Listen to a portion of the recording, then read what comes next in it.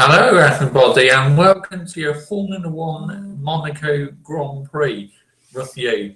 Now, I do apologise, I've been late to doing this. I've been having a few sound issues with my PC, but we seem to be back up and running again. So, here we go. Right, the race started under a safety car due to it being wet, and Daniel Ricciardo is leading from Nico Rosberg and Lewis Hamilton. And after about 6 or 7 laps, drivers were on team radio saying, "Come on, let's get the race going." I don't understand what the delay was, to be honest, because really the race should have got going, in my opinion. But when it did, Daniel Ricciardo pulled away, and Lewis Hamilton was right on Nico Rosberg's backside. But this time, luckily, no contacts between them, like what happened in Barcelona. But Lewis Hamilton, he finally, after about 12 laps, got past his teammates. Well, it's a no-brainer, really, because Rosberg apparently was having brake problems. So did he let Hamilton go through, or did Mercedes tell him to move over? Either way, Hamilton was in second place and going very fast once he had clear air. Ricciardo, first pit stop, came out of the pits, was still leading, but then second pit stop, oh my goodness me, Red Bull, what on earth was that? The tyres weren't even ready, and Daniel Ricciardo was revving up his Renault V6 hybrid engine thinking, where's the tyres? Red Bull made an absolute disastrous mistake, not having the tyres ready. A very rare mistake from Red Bull. Usually their pit stops are perfect, but this one went badly.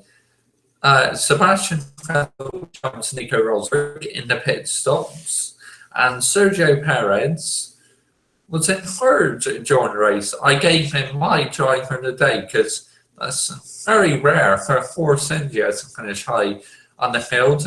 They both had a double points finish. Fernando Alonso, 5th in the McLaren Honda. Wow. And Jenson Button finished 9th. So double points to McLaren and double points Force India. Renault racing forget for them, I'm afraid.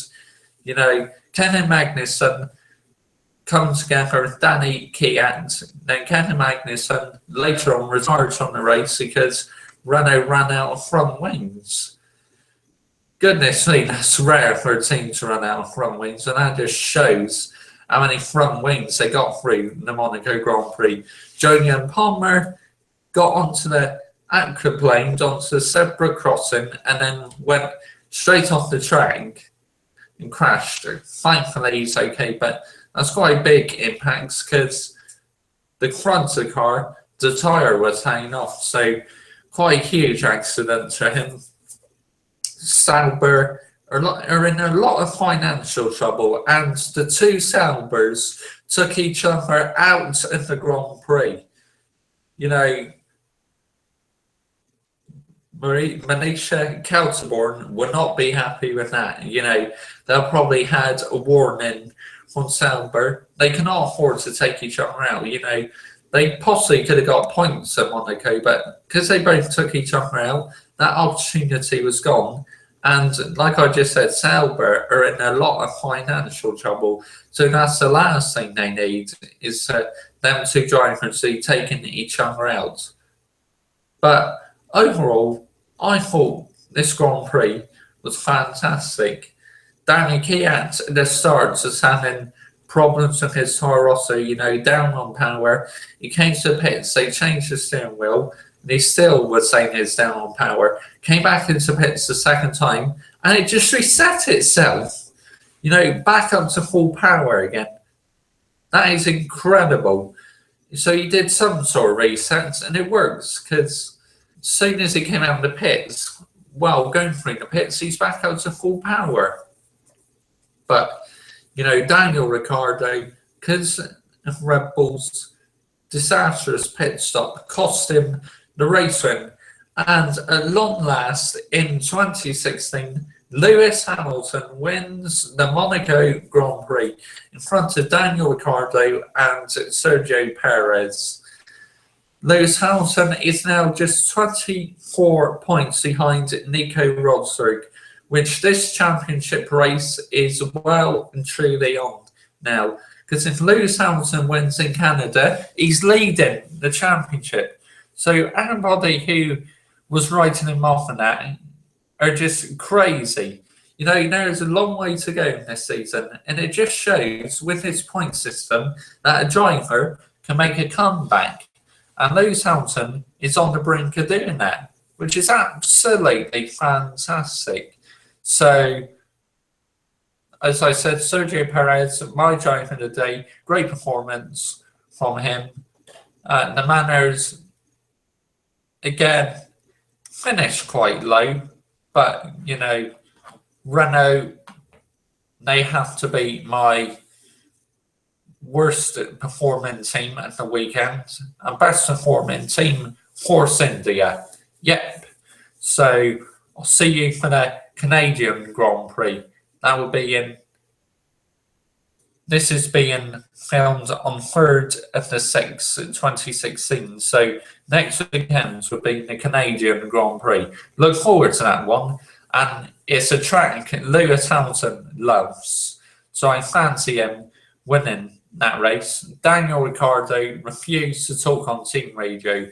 He said, save it, save it. So he was absolutely devastated that Red Bull made that mistake. But Red Bull, you know, with Max Verstappen, they are looking good because Max Verstappen started last and was making his way up the field until he crashed. You know, Daniel Ricciardo was running the Renault upgraded Tag Heuer power unit, and their pace looks really, really good. Ferrari, they look good as well, but Red Bull definitely in the moment, like best of the rest to Mercedes. But we'll see what happens in Canada. Join me for my review for that one. And also shout out to Stato 300, F1 Games PlayStation, and GW Man Joseph Willows. Bye-bye. Who watch my F1 review videos. Because without you guys, I probably wouldn't do F1 review videos. Okay, bye-bye.